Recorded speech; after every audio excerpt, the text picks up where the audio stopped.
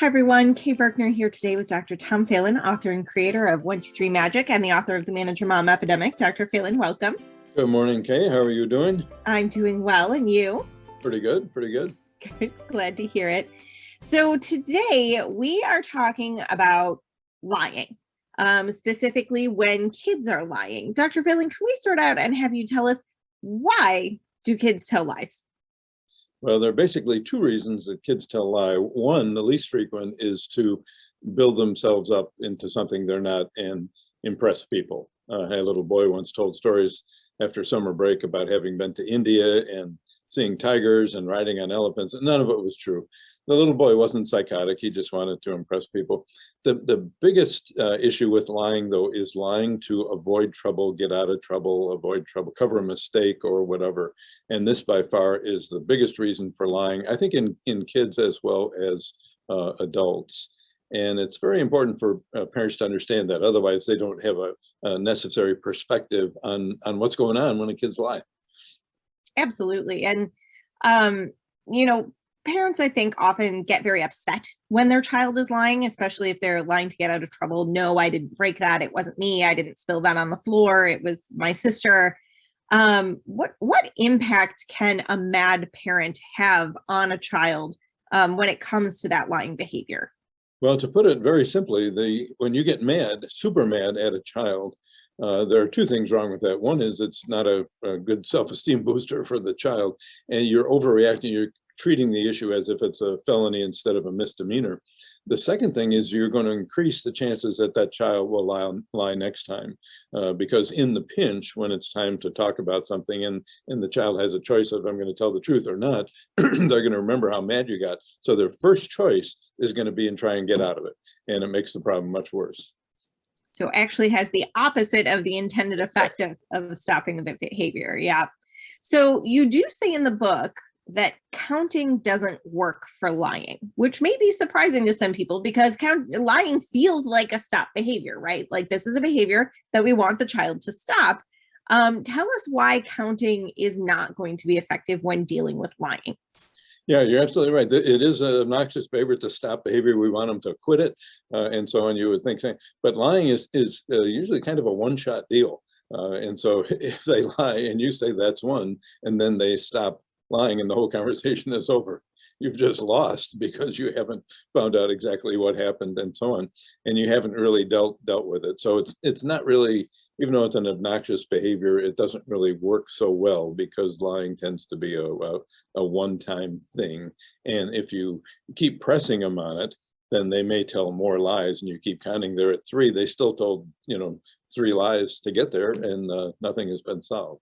Yeah, so you don't really have a resolution. So the whole 123 Magic program is basically constructed to help parents not get mad when dealing with child discipline, right? But we've determined that counting actually isn't helpful in this situation. So what is a constructive and effective way for parents to deal with lying? Well, the first thing you do is you ask yourself the question, do I know what happened or not?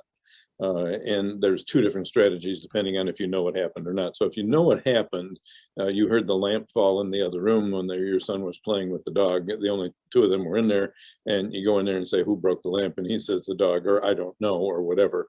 Well, then you know what happened, and so you're going to deal with that, and you can consequence it if necessary, except if it's a first offense. If it's a first offense, a lot of times we'll say, hey, I don't want you doing that, and please don't do it in the future. If you do it, you'll have to pay for the thing that's broken or whatever.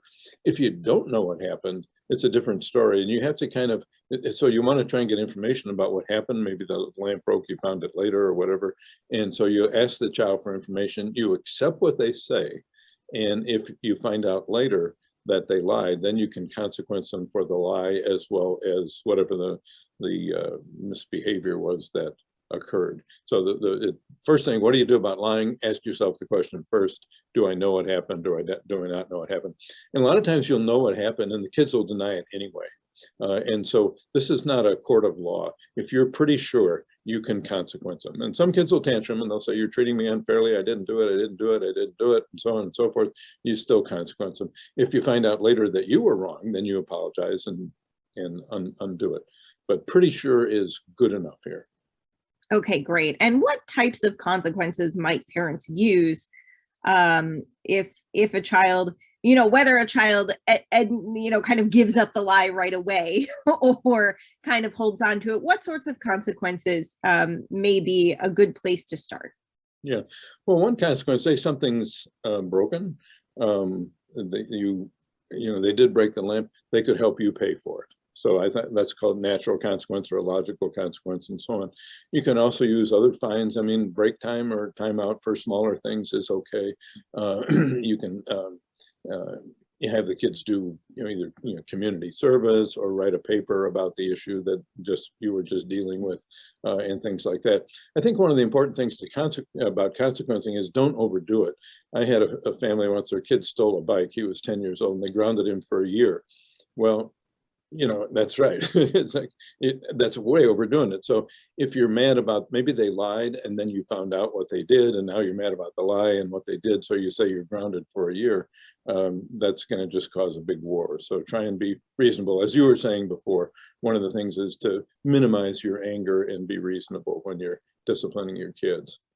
Okay, great. And what happens, so when it comes to natural consequences, helping to repair or pay for the thing that got broken, cleaning up the mess that got made, that sounds like dealing with, specifically the activity that happened. What if you have a kid who kind of continues to lie, sort of habitually?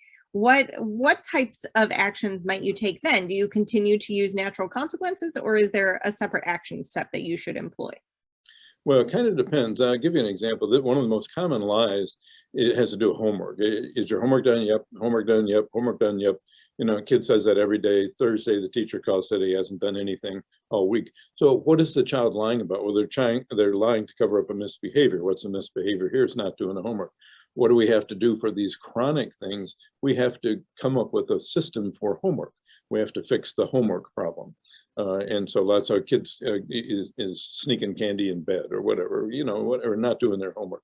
You have to sit down with the child and you have to come up with a way with dealing with that so they don't have to lie about it, don't have to lie about the misbehavior. And that's the first issue. The big issue there is not the lying, it's the problem they're covering up.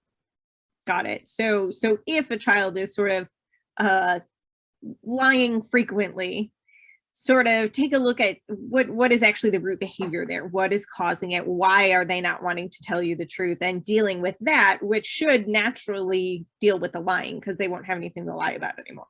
That's what you hope. Yeah. Okay, fantastic. Thank you so much, Dr. Phelan. This has been really great. I know that lying can be a really frustrating topic for parents. If you want to go a little bit deeper into this topic, Dr. Phelan is doing a free seminar next week. We'll go ahead and drop the registration link on the Facebook page, and we'll also send it out in our email newsletter, which goes out weekly. You can sign up for that at 123magic.com. Thank you so much for joining us today, and we'll talk to you soon.